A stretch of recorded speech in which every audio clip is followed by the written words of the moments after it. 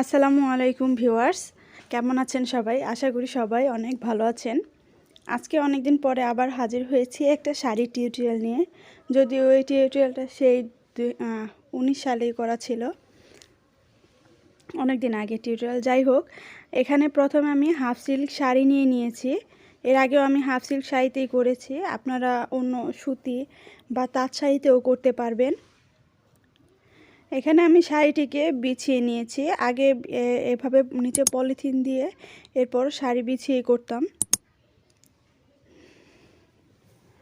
তো এখন এই শাড়িটি একদম সিম্পল ডিজাইন, তারপরও আমি একটু এঁকে নিচ্ছি পেন্সিল দিয়ে, এতে সুবিধা হয়। এখানে শুধু আমি গাছ একটা ডাল আর একটা ফুল আর্ট করে নেব।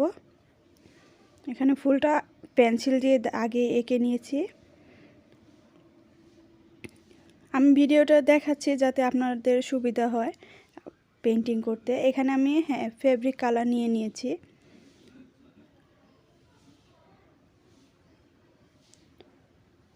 আপনারা ইচ্ছা করলে ফেব্রিক কালার সরাসরিও ব্যবহার করতে পারেন, আর তা না হলে এর সাথে একটু বাইন্ডার মিক্স করে এরপর কাজ করতে পারেন। এর আগের ভিডিও ক্লিপটা কেটে গেছে, এর জন্য আর দেখাতে পারছি না। এখানে প্রথমে আমি হালকা সবুজ রঙটাই ব্রাশ করে নিয়েছিলাম, নিচের দিকে একটু কালো কালো লাগছে, আর এখানে এই সবুজ রঙটা আবার দিয়ে নিচ্ছি।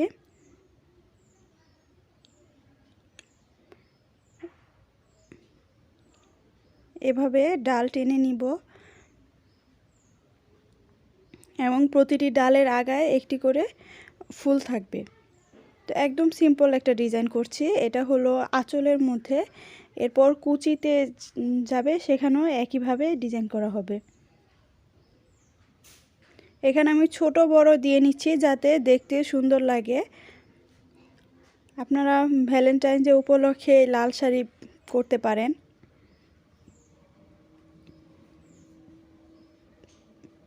এখানে আমি যে ব্রাশটা ব্যবহার করছি সেটা হলো 4 পয়েন্টের চওড়া তুলি।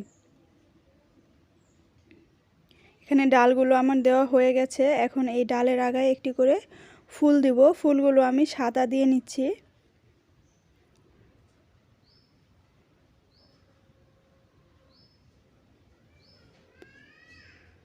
কাজ করার সময় যত পারবেন ধীরে ধীরেই কাজ করবেন, এতে করে কাজ সুন্দর হয়।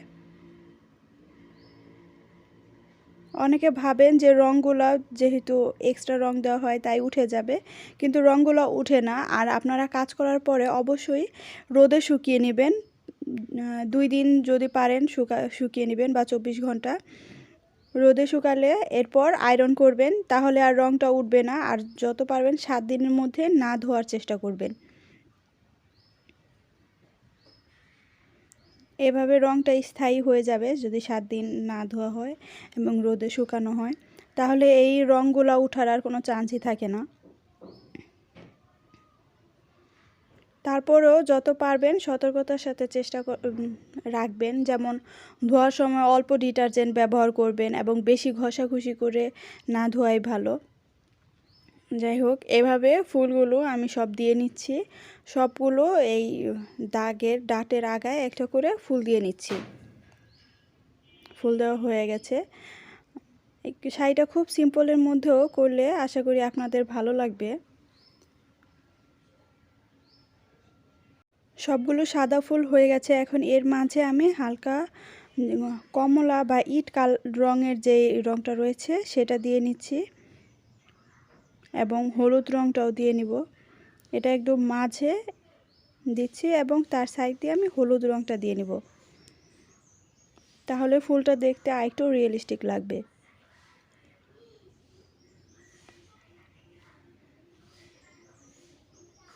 কাজটা যদিও অনেক সিম্পল, তারপরও আমি একটু ধীরে ধীরে দেখানোর চেষ্টা করছি যাতে করে আপনারাও সুন্দর একটি শাড়ি করে ফেলতে পারেন।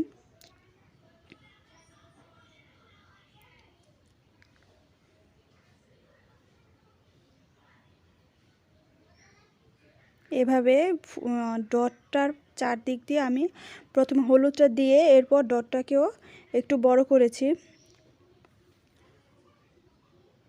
আবার দেখে নিন সুবিধার জন্য।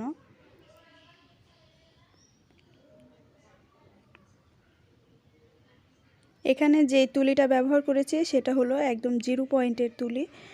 0 পয়েন্ট দিয়ে কাজ করতে সুবিধা হয় বেশি, তাই যারা একদম প্রথম দিকে কাজ করবেন তারা 0 পয়েন্টের তুলি দিয়ে আউটলাইন দিতে পারেন বা সব কিছুতেই 0 পয়েন্টের তুলিটা ব্যবহার করতে পারেন।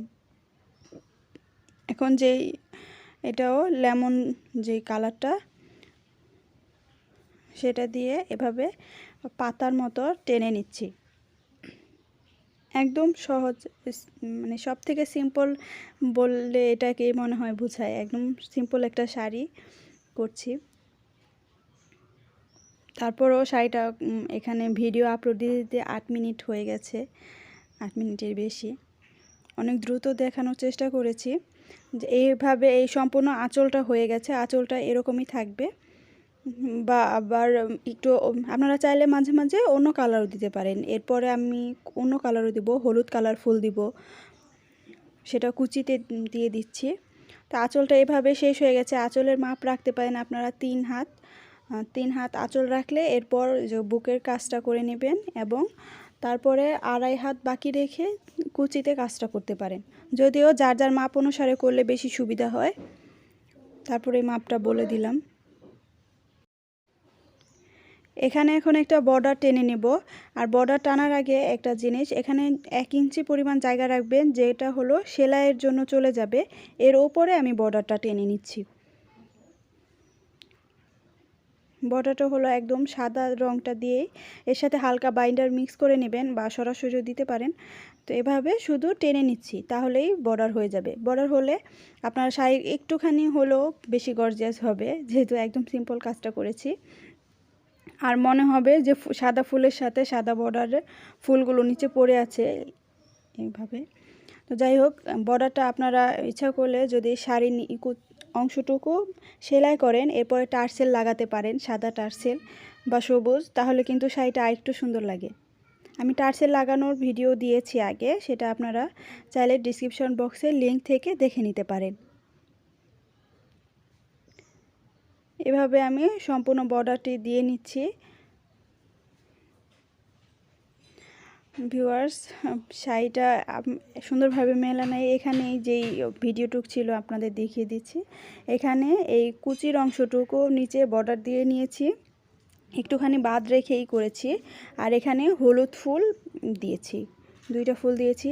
এখন একদম যে বর্ডারের নিচের অংশটুকু সেখানে আবার ঘাসের মতো করে দিয়ে নিচ্ছি, যাতে করে পাতাগুলো আরেকটু বেশি বোঝায়। এভাবে যারা একদম নতুন, কখনো শাড়ি করেনি, তারাও এই শাড়িটা করতে পারবে একদম সহজে। এর জন্য শাড়িটা করা হয়েছিল একদম সিম্পলভাবে, শুধুমাত্র টিউটোরিয়ালের জন্যই করা। তো আশা করি ভিডিওটি আপনাদের ভালো লেগেছে। ভালো লাগলে অবশ্যই লাইক করবেন। ধন্যবাদ সবাইকে।